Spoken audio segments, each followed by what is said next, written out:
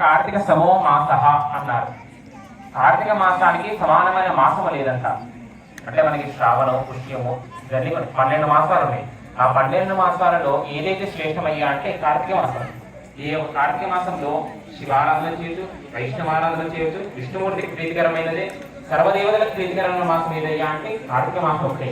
ఈ యొక్క కార్తీక మాసంలో ముందుగా మనం చేయాల్సింది ఏంటయ్యా అంటే ఫస్ట్ నదీ స్నానం ఆచరించి స్వామివారికి అభిషేకం. ఈ రెండు కూడా చాలా ప్రీతికరమైనవి. దీంతో పాటు దీపారాధన. ఒక దీపారాధన చేయడం వల్ల మనకే కాదు సకల లోకాలకు కూడా, మనతో పాటు భూలోకం నుండి సర్వ జీవరాశులకు కూడా మనము చాలా మేలు చేసిన వాళ్ళం అవుతాము. ఎందుకంటే మనకి ఈ యొక్క కార్తీక మాసం ఎప్పుడు వస్తుంది? వర్షాకాలం తర్వాత వర్ష ఋతువు తర్వాత శరద్ ఋతువు అనేది వస్తుంది. ఈ వర్ష ఋతువు తర్వాత వర్షాకాలం తర్వాత వచ్చే మాసమే కార్తీక మాసము.